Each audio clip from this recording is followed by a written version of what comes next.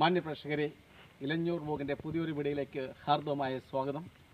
ഇന്ന് നമ്മൾ ചെയ്യുന്നത് നമ്മുടെ പൂവൻവാഴ തോട്ടത്തിലെ ചില കൃഷിപ്പണികളൊക്കെയാണ്. ആ പൂവൻവാഴ തോട്ടത്തിലേക്ക് നമുക്ക് പോകാം.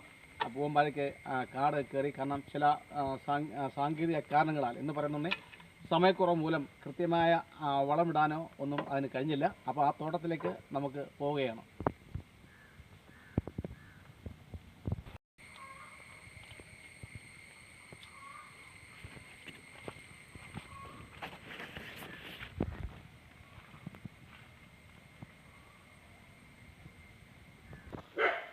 നമ്മൾ നമ്മുടെ വാഴത്തോട്ടം എത്തിച്ചേർന്നിട്ടുണ്ട്. ഇപ്പോൾ ഇനി അതിൻ്റെ കാടൊക്കെ പിഴുത് വൃത്തിയാക്കിയിട്ടിരിക്കുകയാണ്.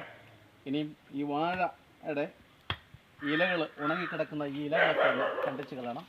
അതിനുശേഷം ഇതിന് ചുവട്ടിലെ കല്ല് കിടപ്പുണ്ട്. ഈ കല്ലൊക്കെ ഒന്ന് നീക്കിച്ചതിന് ശേഷം മാത്രമേ വളം ഇടാനൊക്കത്തുള്ളൂ. നേരത്തെ വളം ഇടാനുള്ള സമയം കഴിഞ്ഞു. പക്ഷേ പലവിധ കാരണങ്ങളാൽ ബുദ്ധിമുട്ടായത് സമയക്കുറവാണ് ഇതുവരെ വളമിടാൻ പറ്റാതെ പോയി.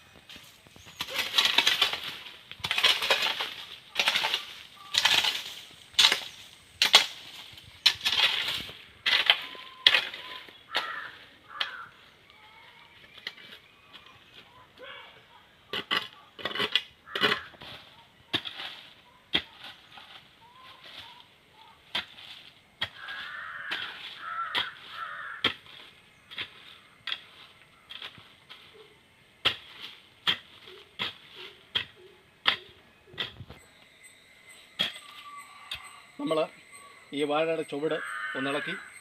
ഇത് പൂവൻവാഴയാണ്. ഈ നിൽക്കുന്നതെല്ലാം തന്നെ പൂവൻവാഴയാണ്.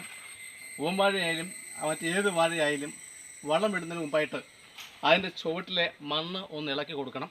അങ്ങനെ ഇളക്കി കൊടുത്തെങ്കിൽ മാത്രമേ നമ്മൾ ഇട്ട് കൊടുക്കുന്ന വളവും ഈ മണ്ണുമായി യോജിച്ച് അത് വെള്ളത്തിൽ ലയിച്ച് ദ്രാവക രൂപത്തിലാവുന്ന വളമാണ് ഈ വാഴ വലിച്ചെടുക്കുന്നത്.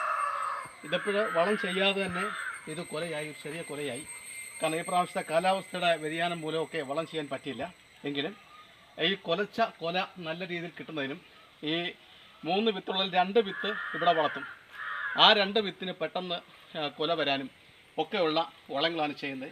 അപ്പോൾ തീർച്ചയായിട്ടും എങ്ങനെയാണ് ആ വളം ചെയ്യുന്നതും എന്തൊക്കെയാണെന്നുള്ളതും നമുക്ക് മറ്റൊരു വീഡിയോയിലൂടെ കാണാം.